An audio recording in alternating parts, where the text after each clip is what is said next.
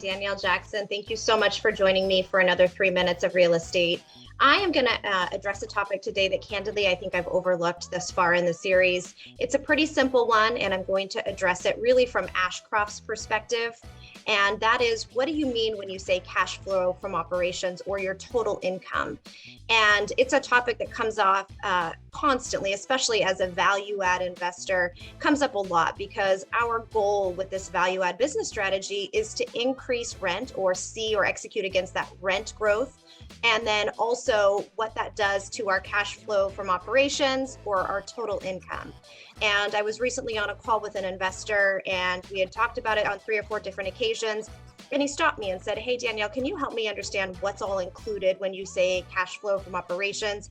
I understand it from a manufacturing cost of goods sold type of structure, but I don't really understand it from a commercial real estate perspective." So I'm going to address it today at a pretty high level. And so to start, your first line item in a cash flow statement or even an income statement is really that rental income. And what that is it's total rent by number of doors, multiply the 2, and you'll get your rental income. And then it'll also usually see a separate line item that offsets that total income for things like bad debts, vacancy, concessions.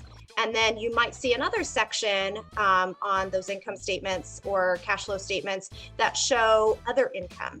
And that would include perhaps a rental of garages if you have a specific number of garages that are rented to tenants. You also may see something called RUBS, R-U-B-S, and that is just really a utility expense billed back to the tenant. You may also see something for, let's say, additional other income that could be like a washer and dryer unit.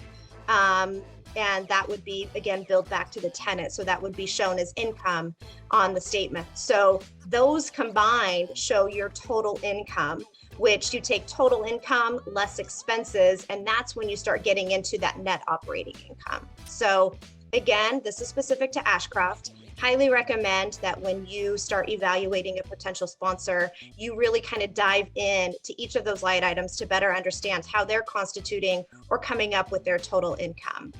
Again, thank you for joining me. I know this one is pretty short and sweet today, but I hope it was helpful. And again, if you have topics or questions that you'd like for me to address, please shoot me an email, Danielle@ashcroftcapital.com, and I hope you join me next time. Thanks so much. Bye-bye.